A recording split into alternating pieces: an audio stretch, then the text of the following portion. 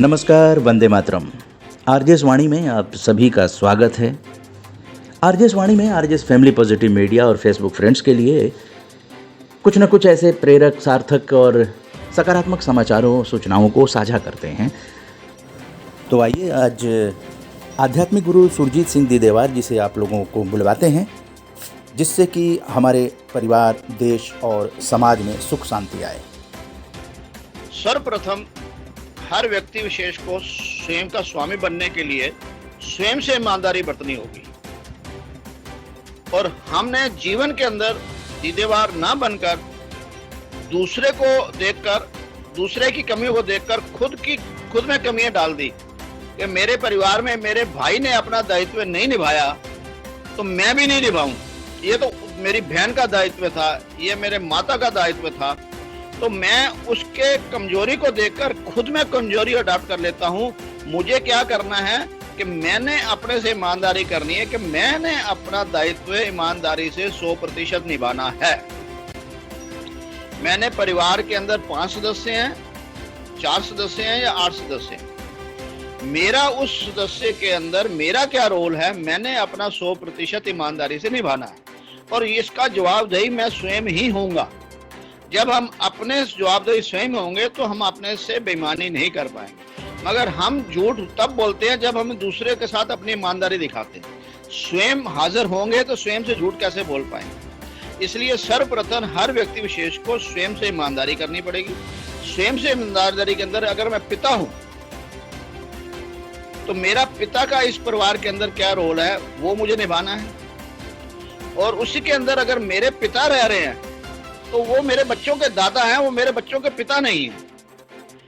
तो दादा को पिता का रोल अपनाने ना दें, उनसे कहें जी आप दादा हो, आप अपने पोते और दादा का रिश्ता रखो, उससे पिता का रिश्ता मत रखो। मेरे अधिकार को आप मत छीनो, मैं अपने अधिकार को खुद सक्षम हो जाऊं। परिवार में ऐसा भी हो जाता है, बड़े बुजुर्ग का आदर करते करते बड़े बुजुर्ग जो है परिवार का मुखिया बनकर कमांड करता है और अनजाने के अंदर अपने बच्चे का, उसका पिता का हक मारा जाता है। तो हमें अपने से ईमानदारी करनी है कि अब ये बच्चा जो शादीशुदा हो गया, इसका परिवार गठन हुआ है, इसकी जिम्मेवारी, इसका दायित्व अपने परिवार के लिए है, मैं सहयोगी मात्र हूँ। और इसी प्रकार घर में दादा दादी, नाना नानी जो भी होते हैं वो अपने बच्चों का जब उन्होंने दायित्व निभा लिया और वो माता पिता बन गए, चाहे बेटी दामाद हुए या बहू या पुत्र हुए, उनका दायित्व खुद मत ले, उनके दायित्व निभाने में सहयोगी बनेंगे तो परिवार में प्रेम भी बनेगा और आपस में दूसरे के अंदर आसक्ति भी आएगी। और जैसे जैसे हम करेंगे, एक चीज मैं कह सकता हूँ, न्यूक्लियर परिवार वर्तमान के लिए नेसेसिटी है। कोई एक बेटे की नौकरी लग जाती है, वो बेंगलोर चला गया है, कहीं फॉरेन कंट्री में चला गया है, उससे कहते हैं माँ बाप से अलग नहीं हुआ। मगर एक बेटा एक गली अलग छोड़कर रहना शुरू होता है, उसे कहते हैं अलग हो गया। ये हमारी भूल है। दूरियां नहीं होनी चाहिए। दूर रहने से दूरियां ना हो तो वो एक परिवार ही गठन है कि आपस में विचार विमर्श भी होता है और मॉरली सपोर्ट मिलती है। किसी ने 24 घंटे अपनी माँ बाप के पास नहीं रहता, मगर माँ बाप को ये पता हो जाए कि ये यकीन हो जाए कि मेरे बेटे हर समय मेरे साथ हैं, तो शायद उन्हें पूरी जिंदगी में बेटों की आवश्यकता भी नहीं पड़ती। वो खुद अपने अंदर इतना बल हो जाता है, ये मॉरल सपोर्ट के मेरी जरूरत पे मेरे बच्ची, मेरी औलाद, मेरे संतान मेरे साथ खड़ी है। अगर ये भी हम अपने माता पिता को दे पाएंगे तो इसी से माता पिता को ऊर्जा मिलेगी। हमने माता पिता से हक मांगा है। याद रखिएगा कि दायित्व परिवार के अंदर सबका अलग अलग है, मगर हक सबका बराबर है। परिवार के अंदर 6 सदस्य हैं, उस जायदाद को 6 हिस्से बांट जाती है। उसी प्रकार मैंने जिस राष्ट्र के अंदर जन्म लिया है, राष्ट्र के अंदर मेरा एक अंश है उसके अंदर दायित्व का, मगर अधिकार मेरा पूर्ण रूप से। अगर दिल्ली के अंदर मेट्रो बन गई है तो मैं 20 रुपए के अंदर करोड़ों रुपए मेट्रो का मालिक बन जाता हूं, उसका सफर कर लेता हूं। वो अधिकार मेरा है। मैं 20 रुपए के अंदर अरबों रुपए की ट्रेन का मालिक बन गया, जो आज से पहले जितने मर्जी रईस राजे महाराजे हों, इतनी वाहन उन्हें ऑटोमेटिक वाहन पे कभी नहीं चले होंगे। तो मेरा कितना बड़ा अधिकार बन जाता है अगर मैं अपने दायित्व को निभाता हूँ। और दायित्व क्या है?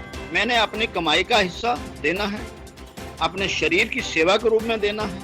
मेरा अपने जैसे मैं परिवार के देता हूँ, तो मेरे को परिवार के बाद अगर मैं सक्षम हूँ शारीरिक रूप से, मानसिक रूप से, आर्थिक रूप से, तो मैं अब समाज के लिए सोचूं।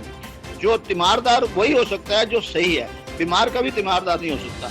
और ये भी अपने घर के कुछ काट के समाज सेवा करना, ये भी नहीं होना चाहिए। पहले अपने शरीर को देखें, फिर अपने परिवार के सदस्यों को देखें, अपनी ऊर्जा को बढ़ाते हैं, अपनी इनकम, अपने दायित्व को निभाएं और उससे बढ़ाते रहें।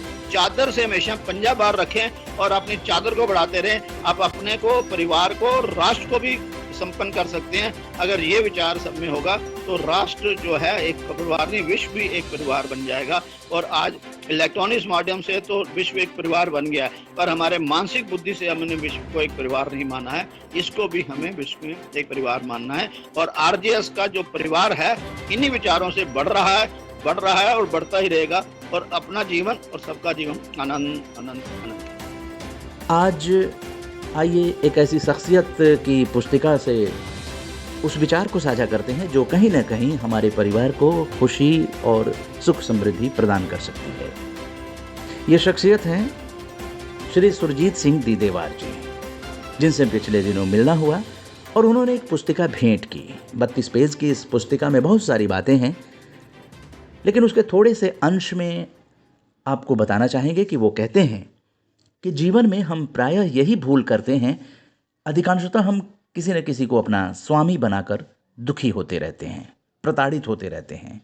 ये दुख, ये प्रताड़ना ही हमें आजीवन व्यग्र किए रहती है। यदि हम स्वयं पर अपने स्वामित्व को कायम रखें, किसी दूसरे को स्वामी अपना न बनने दें, तो कैसी भी परिस्थिति हो, कैसा भी परिवेश हो, हमारी आंतरिक शांति को, हमारे आंतरिक आनंद को छिन्न भिन्न करवाना किसी के लिए भी संभव नहीं हो पाएगा। दीदेवार जीवन ज्योति में यही बात बार बार कही जाती है कि तू स्वयं का स्वामी है, मालिक है। तेरा स्वामी मालिक कोई और नहीं है। जहां व्यक्ति अपने स्वामित्व के महत्व को नहीं समझ पाता, अपने स्वामित्व को खो बैठता है, वहां सांसारिक सुख सुविधा के साधनों का अंबार भले ही लगा हो, लेकिन यथार्थ में सुख शांति को, आनंद की जो उपलब्धि है वो कभी नहीं हो सकती। दीदेवार जीवन ज्योति में इस तथ्य को स्पष्ट किया जाता है कि जीवन से संबंधित कोई भी विषय हो, कोई भी छोटी बात हो या बड़ी बात, उसका हल, उसका समाधान व्यक्ति विशेष की सामर्थ्य से बाहर नहीं हो सकता। प्रत्येक समस्या का समाधान व्यक्ति विशेष के वश में है, लेकिन ऐसा तभी संभव हो पाता है जब हमारे अंदर इसकी पात्रता होगी। जब तक हमारे अंदर सुगंध विद्यमान है, हम सुगंध फैलाएंगे। चहुं ओर के वातावरण को, संपर्क में आने वाले कण कण को सुगंधित करते रहेंगे। इसके विपरीत यदि हमारे अंदर दुर्गंध भरी हो तो हम दुर्गंध ही फैलाएंगे। सुंदर सुवासित परिवेश में भी हमारे संपर्क से दुर्गंध फैल जाने की आशंका बनी रहेगी। इसलिए हमें अपने परिवेश को, अपने अंतर्मन को सुंदर सुवासित बनाना होगा। घृणा, ईर्ष्या, छल प्रपंच, असत्य, कटुता को बाहर निकालकर प्रेम, दया, उदारता, सत्य, निश्चलता का वातावरण निर्मित करना होगा। यदि प्रत्येक व्यक्ति अपने अंतर्मन को कुछ इसी रूप में संवारने में सफल हो जाए तो निश्चित रूप से व्यक्तियों से निर्मित होने वाला कोई भी समूह या संगठन, परिवार, मोहल्ला, गांव, नगर, जिला, प्रांत, राष्ट्र आदर्श समूह या संगठन के रूप में विकसित हो पाएगा और अपने उद्देश्य को प्राप्त कर सकेगा। वातावरण में चहुं ओर एक परिवार का गठन होता हुआ हम पाते हैं। हमने सर्वप्रथम स्वयं का परिवार बनाया, इसके बाद क्रमशः पड़ोस, गांव, जिला, प्रांत और फिर राष्ट्र एक परिवार बन जाता है। मानव के विचारों में बहुत बड़ी शक्ति भरी हुई है। हमारे विचारों से ही हमारा व्यक्तित्व प्रभावित होता है। सुंदर विचार, सकारात्मक विचार हमारे व्यक्तित्व को संवार कर हमें सफल बनाते हैं, अपने कर्तव्य पथ की और तेजी से और अग्रसर करते हैं। जबकि बुरे विचार, विनाशकारी विचार व्यक्तित्व विकास की दृष्टि से घातक सिद्ध होते हैं तथा कष्ट, क्लेश, निंदा, अपयश, रोग, शोक, दरिद्रता से जीवन नारकीय हो जाता है। इसलिए हम जहां भी हों, जिस परिवेश में भी हों, अपने अंतःकरण को कलुषित न होने दें। विचारों में कलुषित भाव न आने दें, बल्कि सुंदर सकारात्मक विचारों से अपने अंतःकरण को सुसज्जित रखें। ऐसा करके एक ओर जहां हम अपने आप को सुखी बना सकते हैं, वहीं परिवार को, समाज को, राष्ट्र को सुखी बनाने में भी अपना महत्वपूर्ण योगदान दे सकते हैं, जो कि प्रत्येक मानव का कर्तव्य भी है। व्यक्ति विशेष जब आनंदित होगा तभी परिवार आनंदित होगा, समाज आनंदित होगा और आनंद की ये अविरल धारा पूरी सृष्टि को आनंदित कर पाएगी। इसलिए हमें इस सर्वोत्तम कार्य का प्रारंभ सर्वप्रथम स्वयं से करना होगा।